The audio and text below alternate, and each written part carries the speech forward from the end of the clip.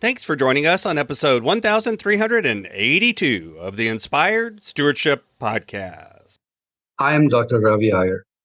I challenge you to invest in yourself, invest in others, develop your influence, and impact the world by using your time, your talent, and your treasures to live out your calling. Having the ability to overcome fear is key. And one way to be inspired to do that is to listen to this, the Inspired Stewardship podcast with my friend Scott Mayer.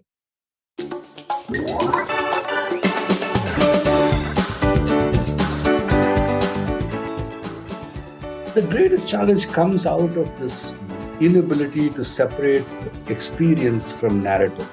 And it throws people into this idea that the things that they want in their life are defined by space and time. They define the objects that they have to grab at. Welcome and thank you for joining us on the Inspired Stewardship Podcast. If you truly desire to become the person who God wants you to be, then you must learn to use your time, your talent, and your treasures for your true calling. In the Inspired Stewardship Podcast, you will learn to invest in yourself, invest in others, and develop your influence so that you can impact the world.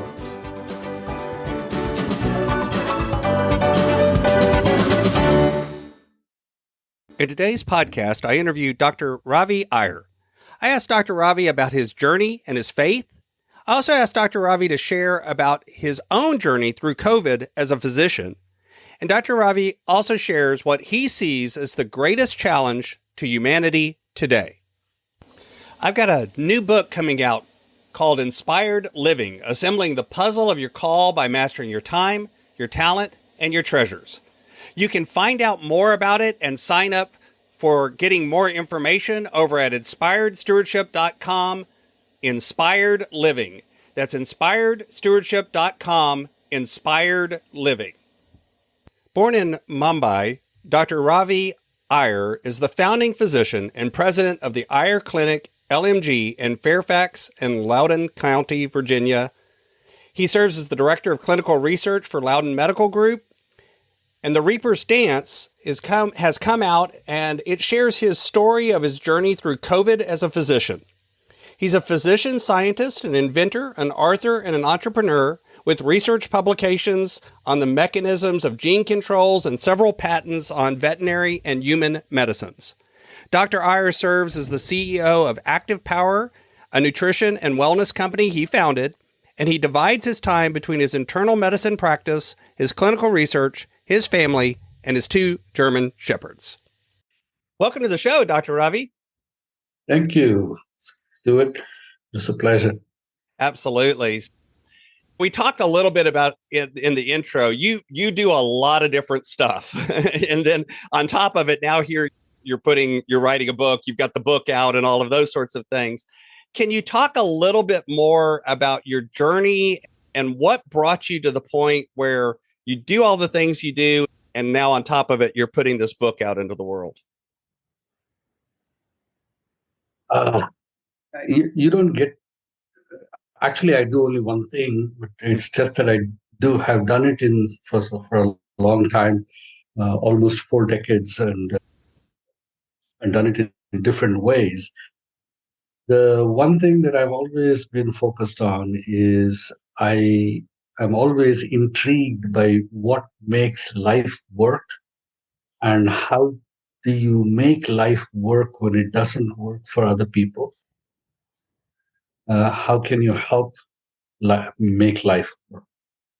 So, and that is the foundational basis of what I do. Even as a physician, the reason people come to me is because there's something in their life that is not helping them live life the way they want to, and they're trying to ask me for help in getting them back to where they had about how they wanted to live it. And I only do 3 things. Either I remove the obstacle of whatever it was that was preventing them from enjoying life, or I reduce the effect of that obstacle. If I'm not able to remove it, I at least reduce it. Or if I can do neither of those two, then I teach them how to live with it and continue to enjoy life despite its presence in their life. So it's always the same thing. And to this end, I bring into play different tools, different techniques, different methodologies. And if I don't have a tool or a methodology, I have gone out and learned it or become good at it because I'm a student of life, and I will go and acquire whatever it will take to allow me to do my job of helping people live life. Mm-hmm. So in the process, I have been blessed with the ability to quickly acquire those methodologies, quickly learn and translate and execute. So if at all you can say that those are my blessings, those are my talents, but my gift is the ability to really empower people live life and to empower them to find the solutions that will enable them to live life. That is my gift. And all the talents I possess, my eloquence, my command of language, my thought process, my ability to analyze and dissect things, all of those are talents that I bring to the service of this one gift, which is enabling people to live life to their best potential. So in that sense, once you see it from that aspect, it becomes very transparent and very easy to understand the coherent harmony of how I do everything. Mm-hmm. And the book is just one more extension of just that, because the pandemic for me was an enormously disempowering event, not only from the point of the disease, but also from the point of the fear it caused and the rhetoric it inspired that was tearing the fabric of society apart, not just in the US, but all over the world. And I felt that people who knew better, who had an ability to do better, have to speak up. Because I learned from my father that evil in the world has power only from the silence of the good. Mm-hmm. And so if you know better, then you have to say something. So I decided to write a book. And this book is just the starting point of all of that. But that is where I am. One of the things that came to mind as you were talking, and we've talked about this on the show before, is this idea of your assignment versus your calling. And a lot of times, or your career versus your calling is the way sometimes people will put it. But I prefer assignment just because it's whatever you're doing in that moment. It could be a job, it could be a career, it could be something that earns you money, but it could also be being a parent, being a housekeeper, whatever, just whatever you're functionally doing. That idea of that's how you do something, but your calling is usually deeper than that. And I think you called that out in what you were saying, and that the deeper meaning behind what you do is that meaning of helping people live a good life, live a better life. But yet you do it, you apply it in a lot of different ways. So from the outside, it looks like, oh, you do all this different stuff. But the reality is you only do one thing. You just do it a lot of different ways. Exactly. See, this assignment and calling, and I'm glad you brought that up, an assignment is imposed from outside. Right. It is an external narrative that is given to you from an external source. It is not coming from your being.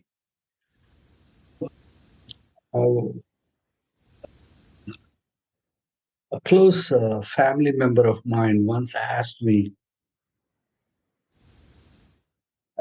when I was really struggling to run the company that I had created, a wellness company, a nutritional supplement company, and I was struggling to make it go forward. And she asked me, why do you have to do it? And To that I said, does a pregnant woman have a choice not to give birth? Uh, You're compelled, you're impelled from some force within to bring forth what is there in you. A pregnant woman at the end of 9 months does not have the option to say, "Hey, you know what? I'm not going to let this baby come out." So that's how I am with a lot of the things I do. It comes forth from me in an irresistible way. It is not a uniform. It is not a shirt that I wear and I have an option to wear a different shirt. No. Mm-hmm. So let's talk a little bit about your faith journey and how that has intersected with the work you do and the calling that you feel that you have. How did those things relate to each other?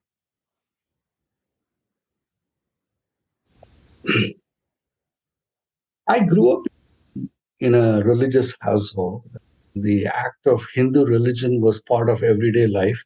We were taught in all the various prayers and scriptures of Hinduism and so on and so forth. But that was externally imposed. It was not, in fact, growing up as a kid, it bothers you that you have to take time out from your games to go and do your prayers. You got to fight against it. It's like, I don't want to do that. Yeah. But I guess it still seeped in to some extent. It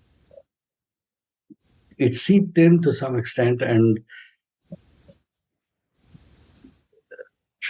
the transition point came when I was a teenager, when I did pretty badly in college, to the point that I had no hope of getting into most of the better medical schools.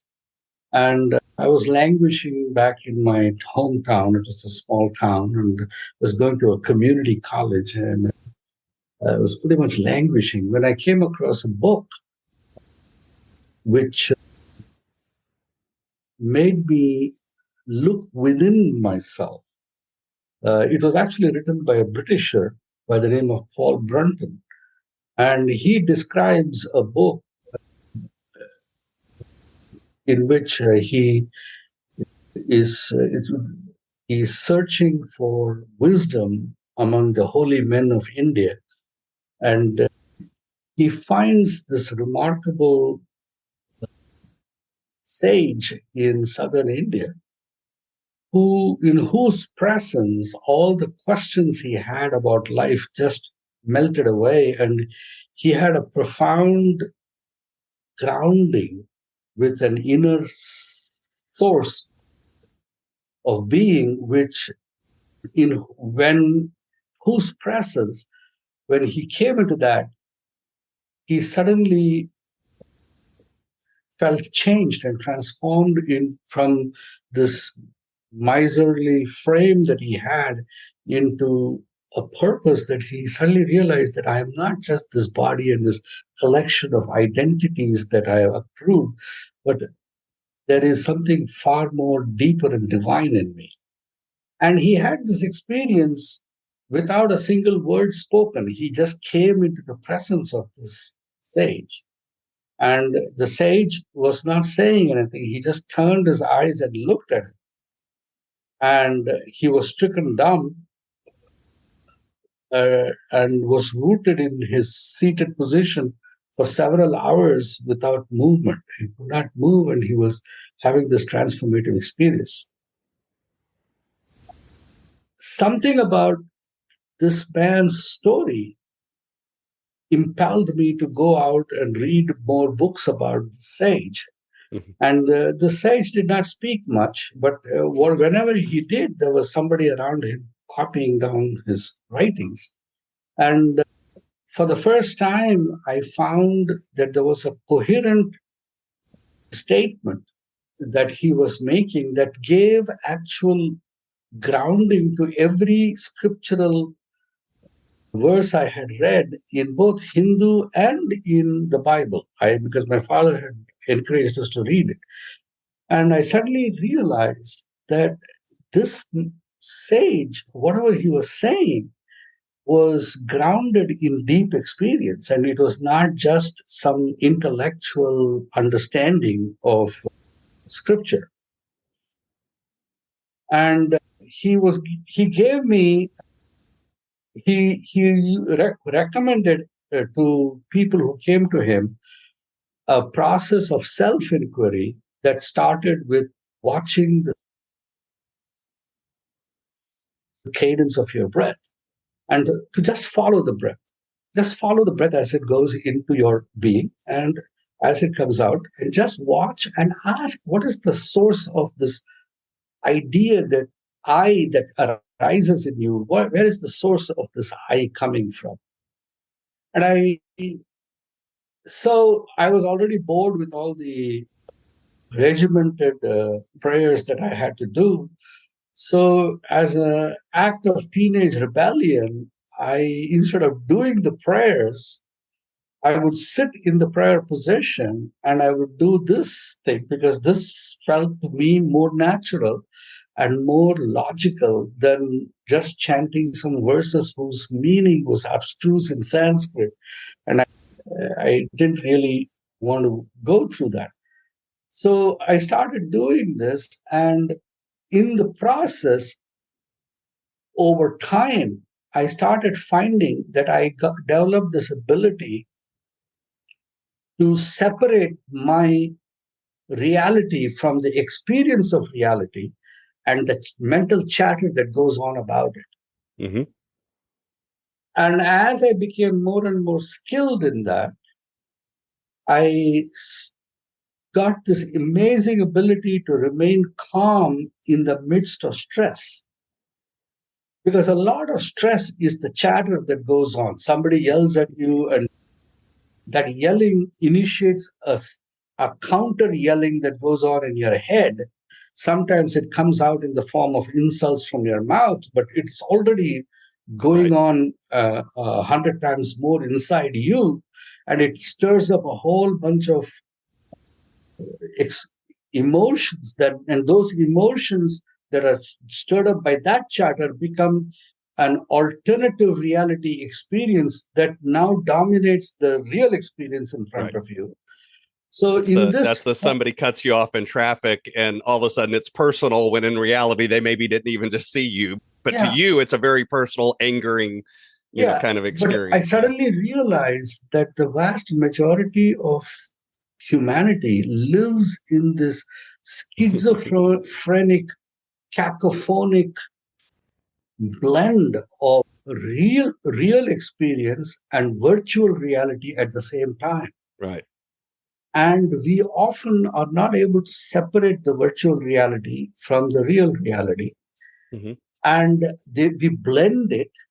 We bring elements of the virtual reality into the real and then take elements from here and populate it.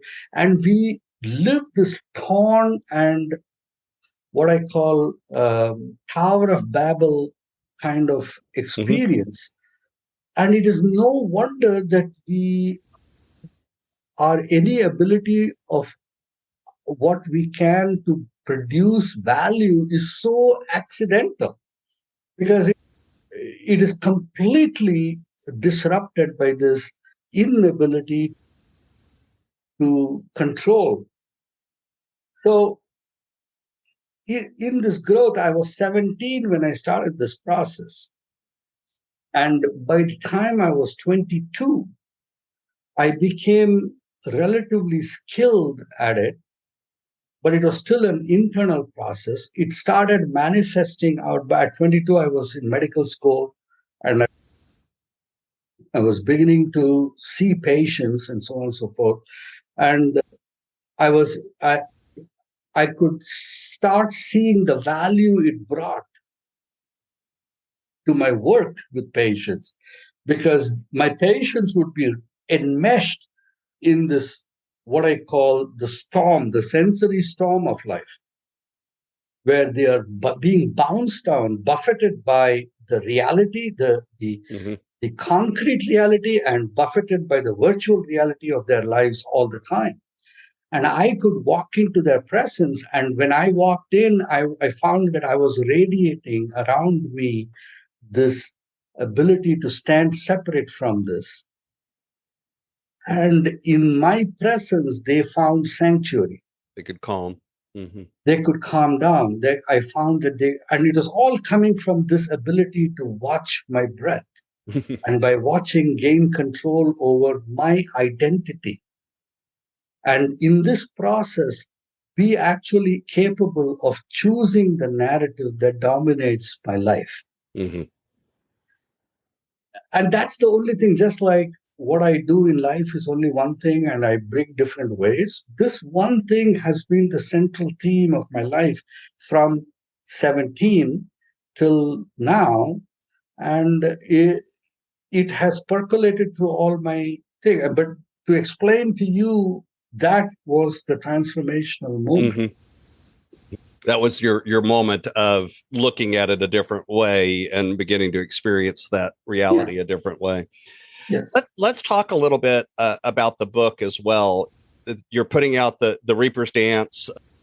That's been out for a while now. And tell me a little bit about what brought you to write the book, or what experiences are you putting this out?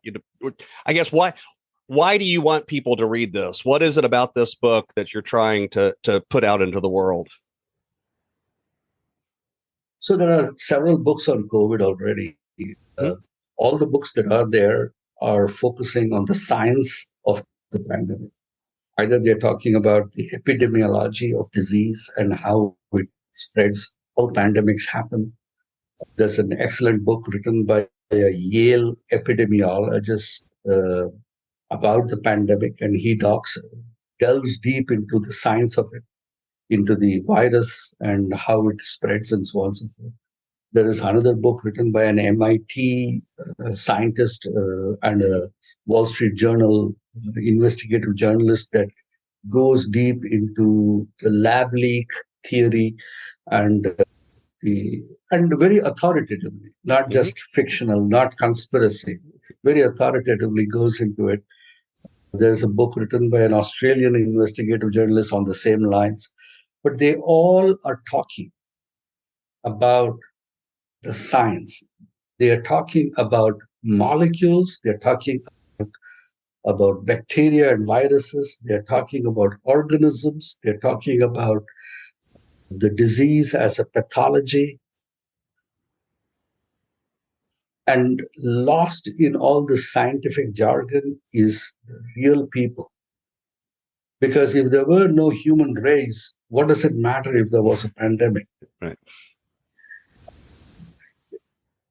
So this is my particular angle on everything I have ever done.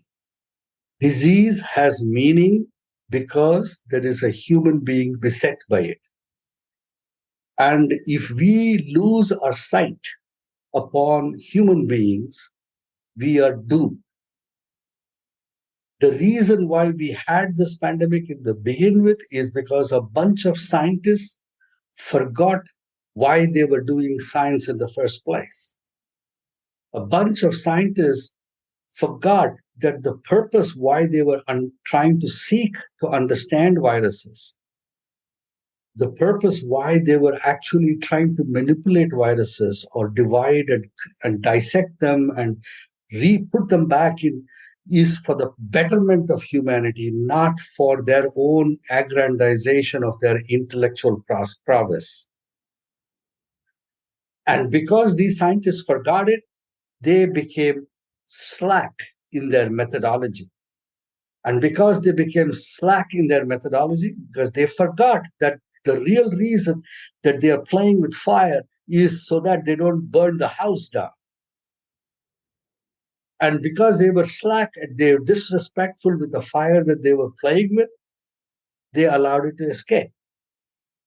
And at this point, Scott, I will tell you, there is no longer any debate that it escaped.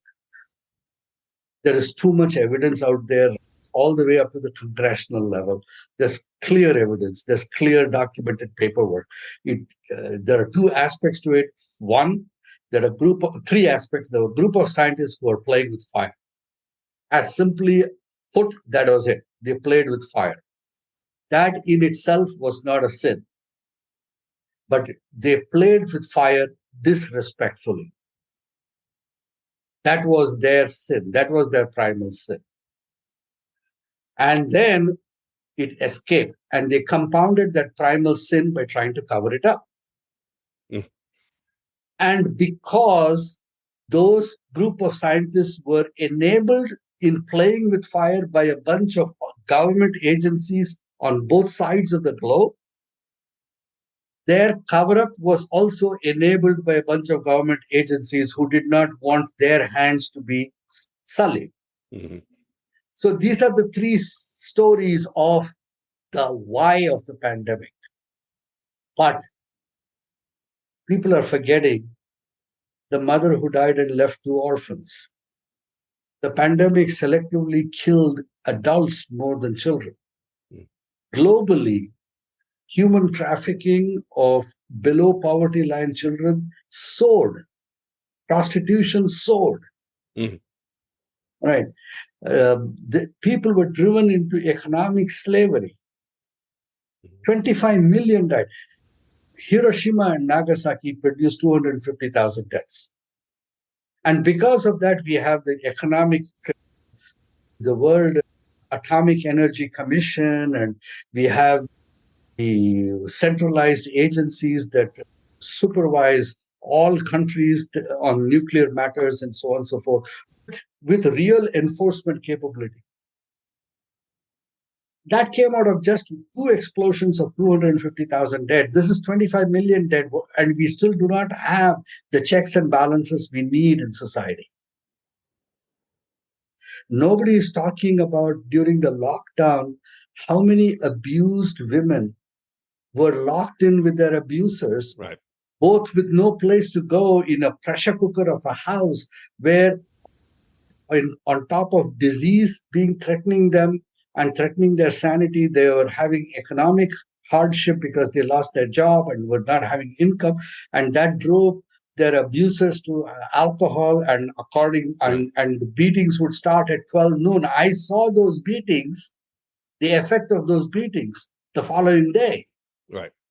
In my clinic, they would come, and I would lift the pant leg to look at a twisted ankle, and suddenly discover bruises going all the way up the thigh.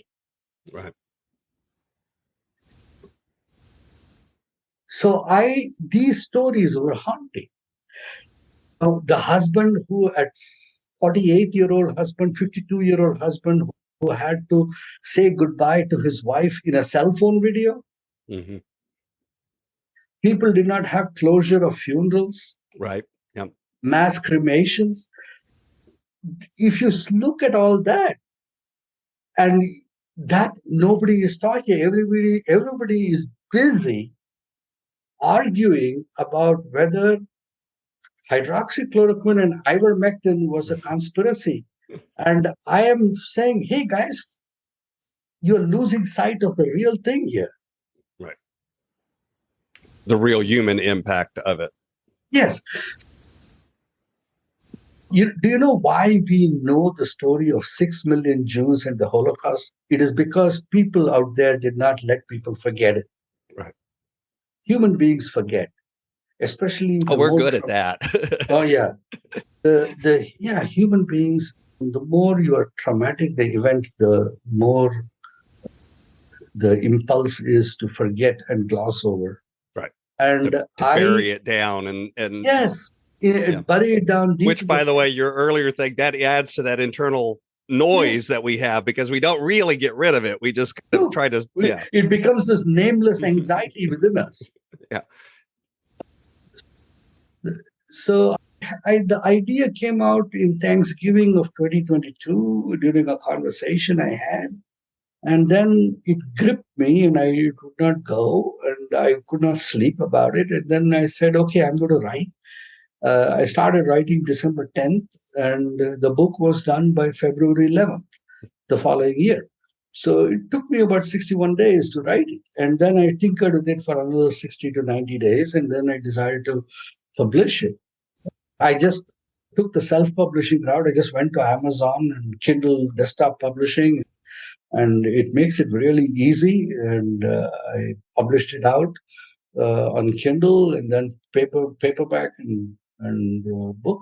The only downside to that is that because I had to publish it, I have to promote it myself. I discovered that writing the book is the easiest part of book writing.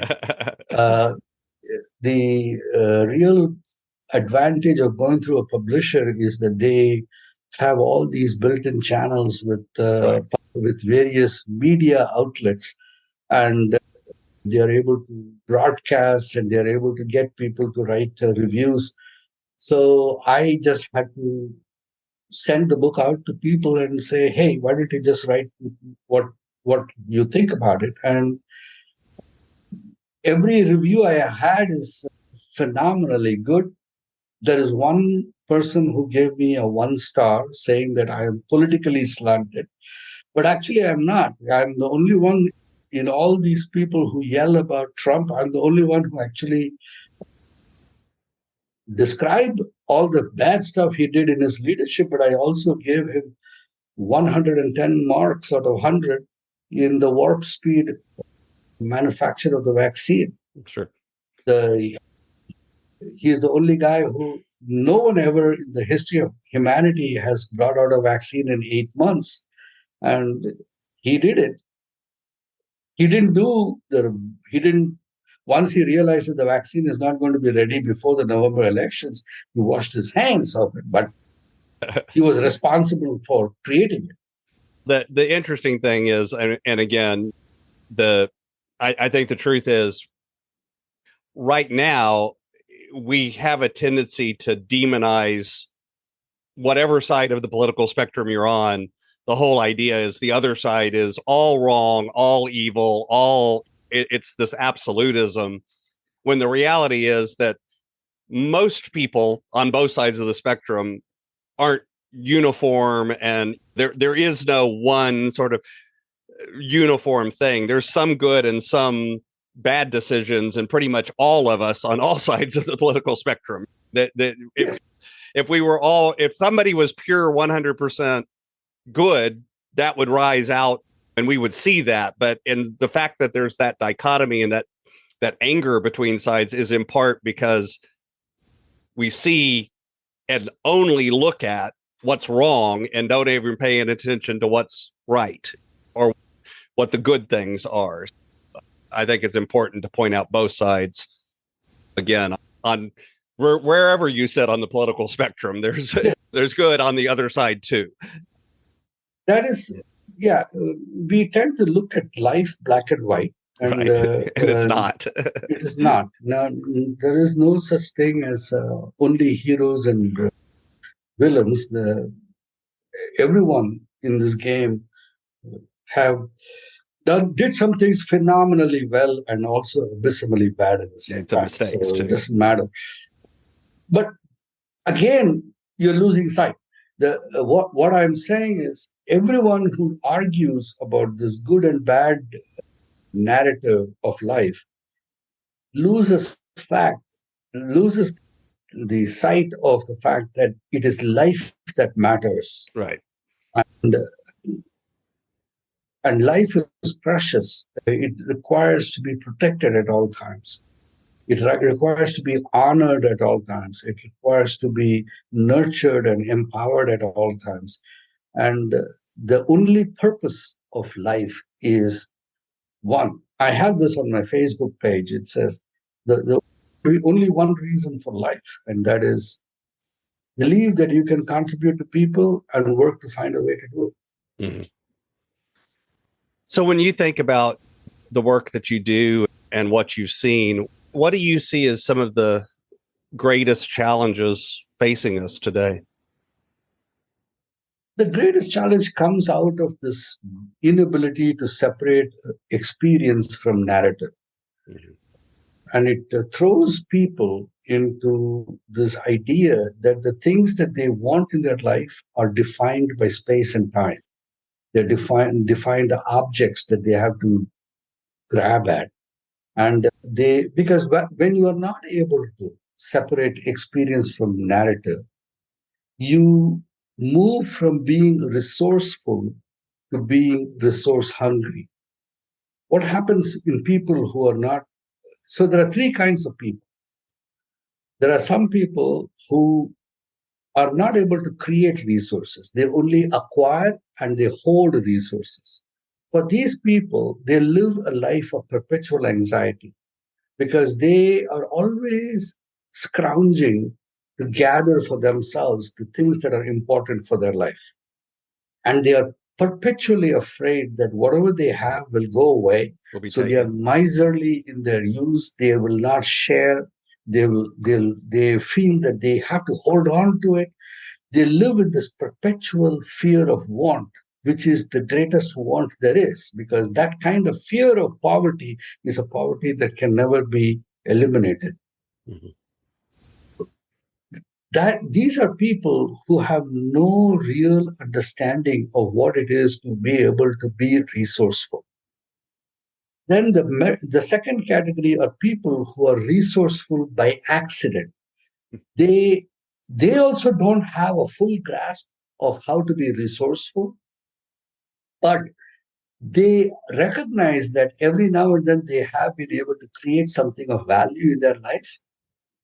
And for them, they lead lives of little less anxiety, but they are never really sure that their moments of excellence can ever happen. They don't have full command over their excellence. And they bounce from moments of expansive being to moments of very contracted existence. And they move like that. Every now and then they'll be charitable, but then they will go back to being their fearful, self-preservative self again. This is the second category. And then the third category are people who live lives of abundance. They are so grounded in their ability to create the things that they want in their life that they go through life with absolutely no fear. They go through life rejoicing in the abundance of life, because for them, every event is an opportunity to create, and they will turn everything to their advantage. A blade of grass is a weapon in their hands. They can make something out of nothing, every situation, because these people are not, they're so grounded in their own skills and ability that they can command life to present no matter which way, and they will change it into the narrative that they have of life. These people, this third category, are the true stewards and leaders of life and the world, and they are a real blessing upon the world. They really lead nations forward. They lead communities forward. They lead families forward. They are people of great vision.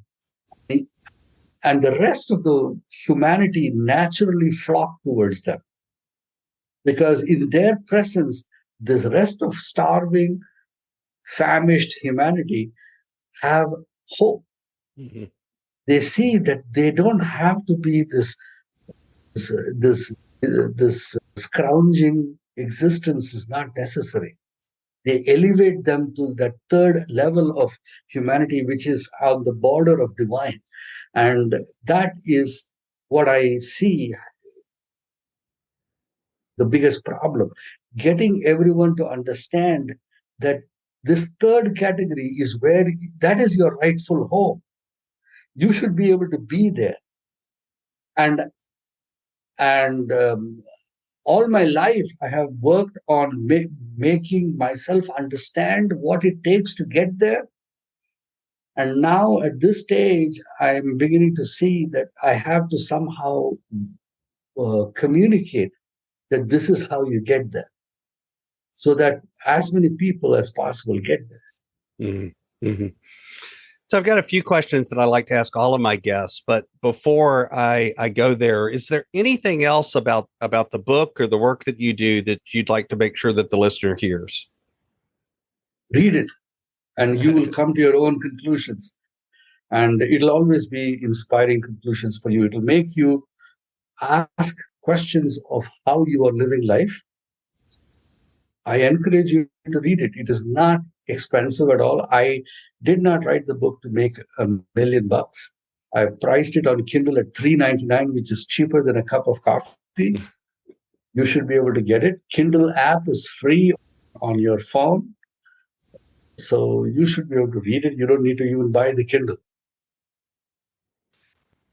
So my brand is Inspired Stewardship, and I run things through that lens of stewardship. And you used that word earlier as we were talking, but I've discovered that that word is one of those words that means a lot of different things to a lot of different people. So when you hear the word stewardship, what does that word mean to you?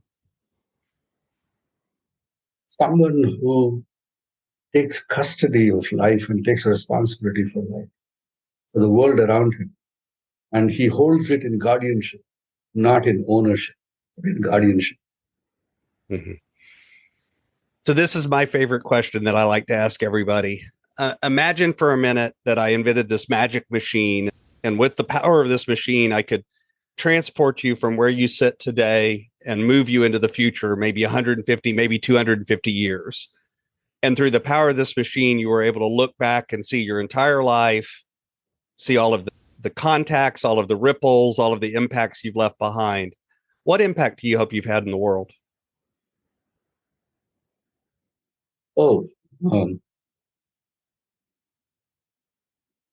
There's a Jewish proverb. In the movie Schindler's List, Liam Neeson is Oscar Schindler and Ben Kingsley is this Jewish man. Mm-hmm. And at the end of the movie, when the Allied forces are liberating Auschwitz and Dachau, Schindler is on his knees and he says, I should have done more. I could have saved one more child. I could have saved one more person. I have not done enough. And Ben Kingsley looks at him and he says that there's a line in the Torah that says, he who saves one man shall be judged as if having been saved the world. Mm-hmm. I have saved one man, and that is enough. I like that. So as we finish out this year, what's coming next for you into the new year? The work I've been doing, talking about this experience of the pandemic, talking about book, talking about these principles I've been telling you about experience and narrative and my journey through the last 40 years has already inspired enough number of people to come forth and request me to talk more about it in more organized forums. So that's likely to gain momentum and move forward. There are some very transformative events happening in my clinic that I feel are likely to make my clinic a place of empowerment for more number of people. So that is likely to also gain momentum in this next year. My daughter's wedding is coming up, which is probably the most transformative event for me in my life. That's coming up next April. So we're all excited about that. That's a big step. Yeah. She's found a wonderful man, Italian-American guy. He's going to be an amazing person in our life. And so there's a lot of things ahead. My wife and I are looking forward to traveling a little bit more. I have not traveled much. I love to travel. She loves to travel. I would like to just be in one place. My idea of traveling is going to a place and then sitting down and just sipping coffee and enjoying something. She would compress 10 vacations into one. That's why we've been married for 39 years. Yeah, So. I was going to say, you probably need a little bit of her in your life, and she needs a little bit of you in hers. So that's probably a good thing. Yeah. So anyway, so that's what is ahead for us. More. So I'm excited about the openings that are coming and my ability to talk about them and share and see if we can elevate the dialogue forward in terms of, I'm trying to talk about the policy organizations of the world, especially the US, need some voices that will remind them of their need to establish much better guardrails that can guide the creativity of scientists. Scientists, for the most part, are highly ethical people. They don't get up in the morning planning to do evil. Mm-hmm.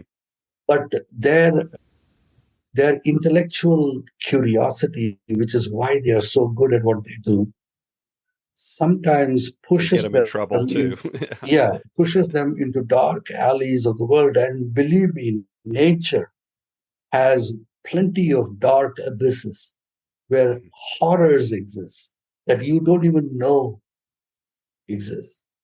And if you are planning to go into those dark abysses, you really need to have some very sound guardrails to protect both you and the people of your house. And that was what was lost. Mm-hmm. People ventured into the abyss and did not know how to shut the door behind them. Mm-hmm. And that is what happened here. You can find out more about Dr. Ravi Iyer and his book, The Reaper's Dance, over at, and I'm going to spell it out, www.driyer.com. Of course, I'll have a link to that over in the show notes as well. Dr. Ravi, is there anything else you'd like to share with the listener? Oh, start looking within yourself. Read my book, start looking within yourself. The answers you want in your life are not outside. They're not in any other source other than you, your own self. Start looking within.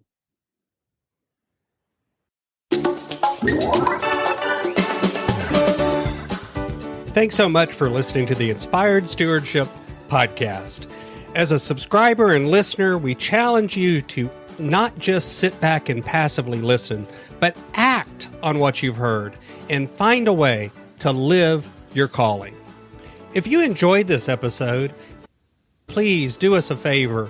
Go over to inspiredstewardship.com/iTunes rate, all one word, iTunes rate. It'll take you through how to leave a rating and review and how to make sure you're subscribed to the podcast so that you can get every episode as it comes out in your feed. Until next time, invest your time, your talent, and your treasures. Develop your influence and impact the world.